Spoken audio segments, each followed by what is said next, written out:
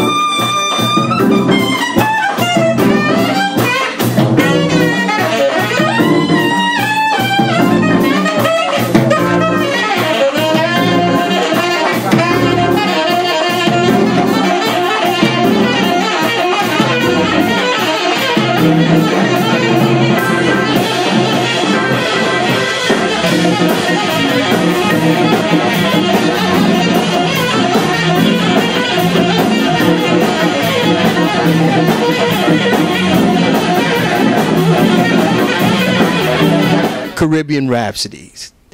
This is your brand new CD, and this is a fuse of both classical and jazz music. Yes, indeed, and it's been a long time coming, actually, man. The piece actually got started with the Concerto for Saxophones and Orchestra by Roberto Sierra, and he first came to me in November of 2001. After a performance in, I think it was North Carolina with Kathleen Battle. Our mutual constituent was my manager, Cynthia Herbst, who brought him backstage. And we extolled some, some pleasantries and virtues on one another. And he just shocked me after, man, I really enjoyed the performance, babies. And Cynthia's been giving me part of your discography. And, and I want to make you a concerto. I was like, floored, because here's somebody that's given the, I would think is the supreme compliment by saying that they would, they've been checking you out over the years, they've been peeping your discography and things, and feel that you're worthy enough to make a concerto over. I mean, talking about 4 movements.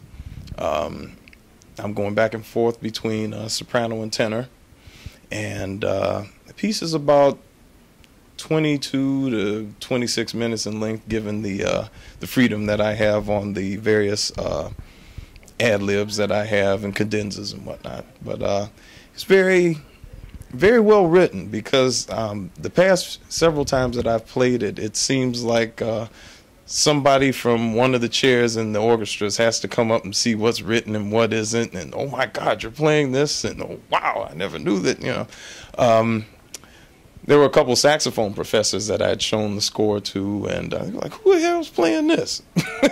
So for professors to say that, it's like, man, the piece continues to grow, and that's another aspect on the credit to his writing and how he, has really been peeping me out, because he has so much information harmonically and thematically in the concerto that I'm still learning from it to this day.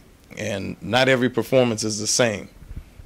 So whenever you see a particular performance, that's the performance of that particular time, because even if I do one after the intermission, it's going to be totally different. And that's to his credit, and to me basically wanting to just move ahead and find different things that are within the piece.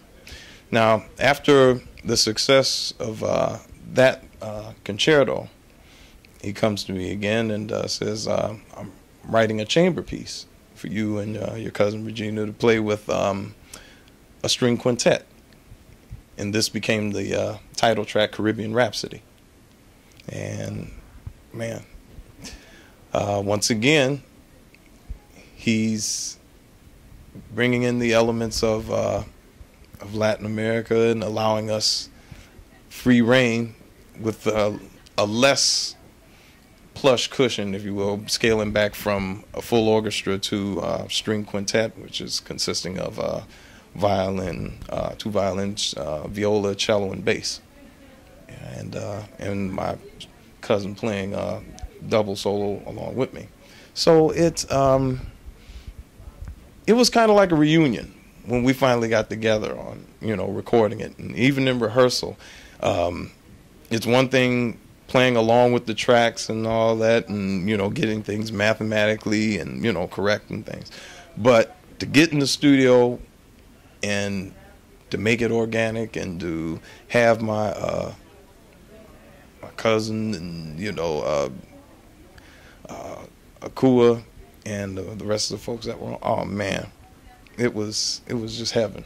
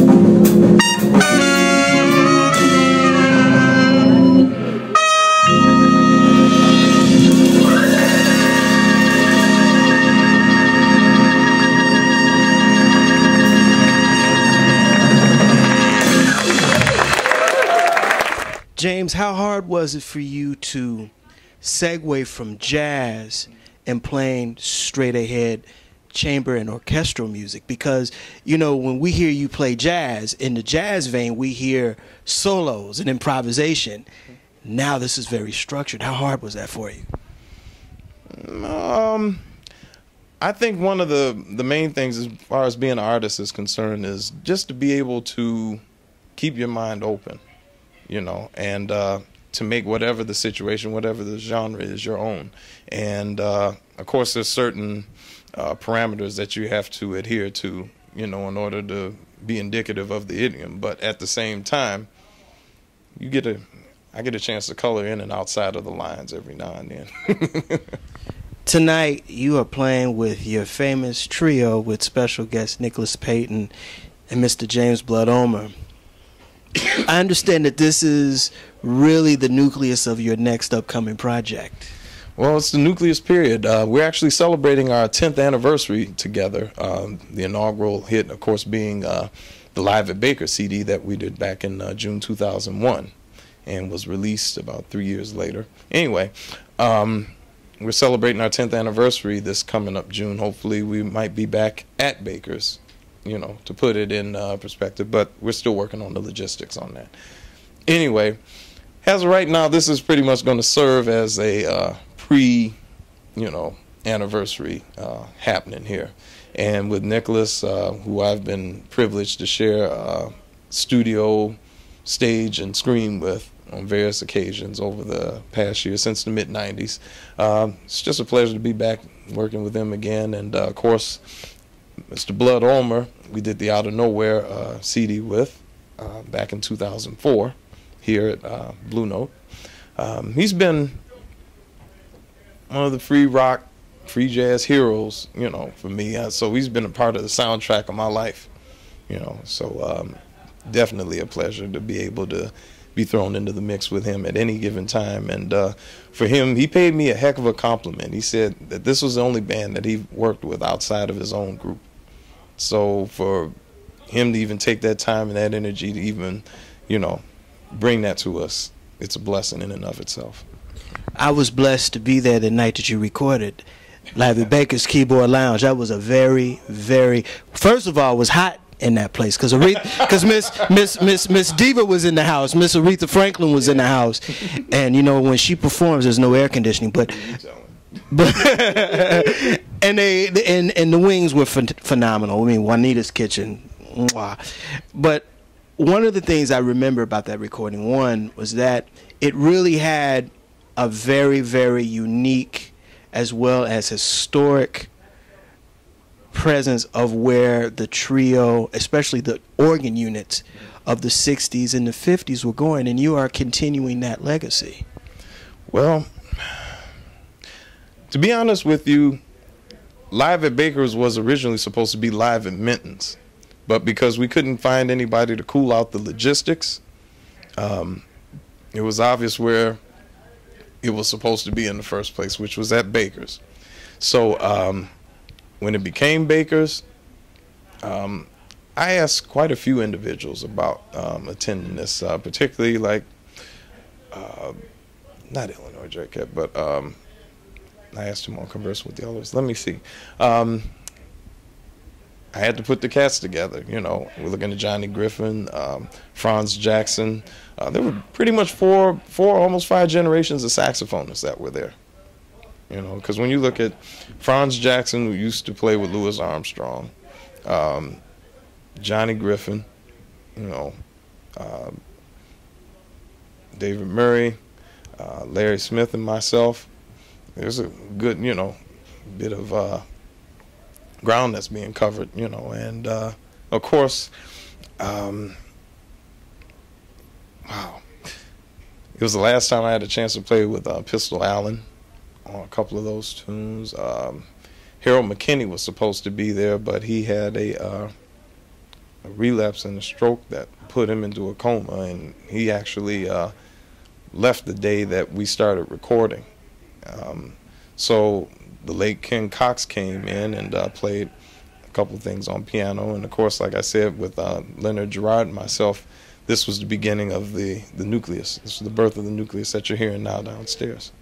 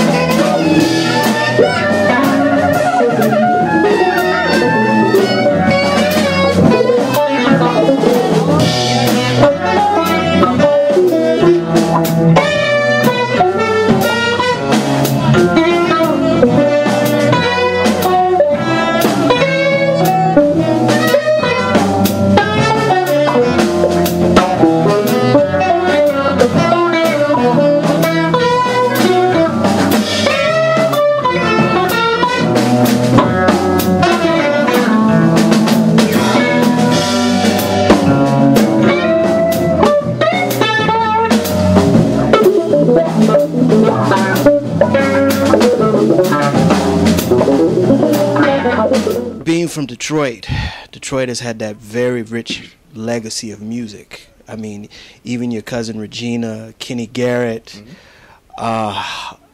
Marcus Belgrave, Milt Hinton. What is Milt Jackson? I mean, what is it about the city of Detroit that has produced legendary first-class musicians like yourself and the heroes that have come before you? Oh, it must be something in the in the soil and in the water. But you're very right, because it's very fertile ground. And I may mention a couple of times that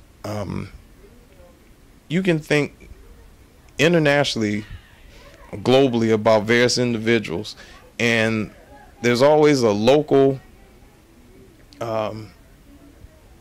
equivalent in Detroit. You know, like you could just mention somebody right now, and I could probably give you a local equivalent that's either past, present. You know, like for example, when I think of Freddie Hubbard, I think of somebody like Racy Biggs, Cannonball. I think of Phil Lasley. You know, like the Dexter Gordon type. I think of like Donald Walden. You know, Russell Green, Roy Eldridge.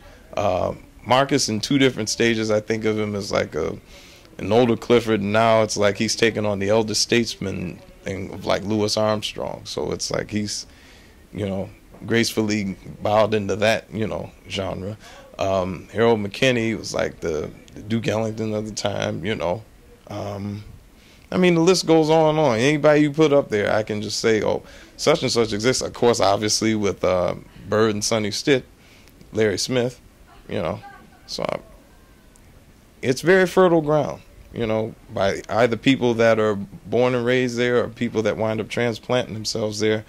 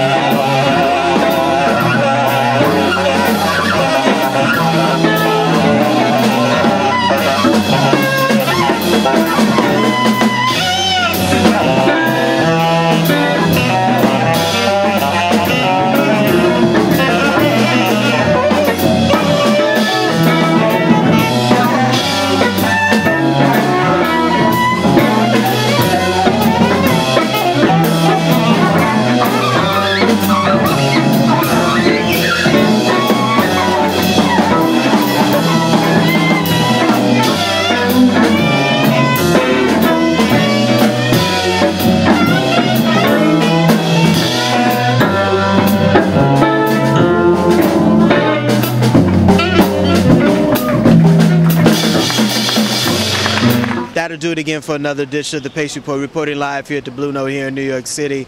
I'd like to personally thank James Carter for his time, as well as Mr. James Blood Omer, as well as Nicholas Payton. As always, please visit my website, www.thepacereport.com, for my weekly column as well as my past segments. Until next time, remember, if it's in the groove, it'll make you move. Until next time, peace.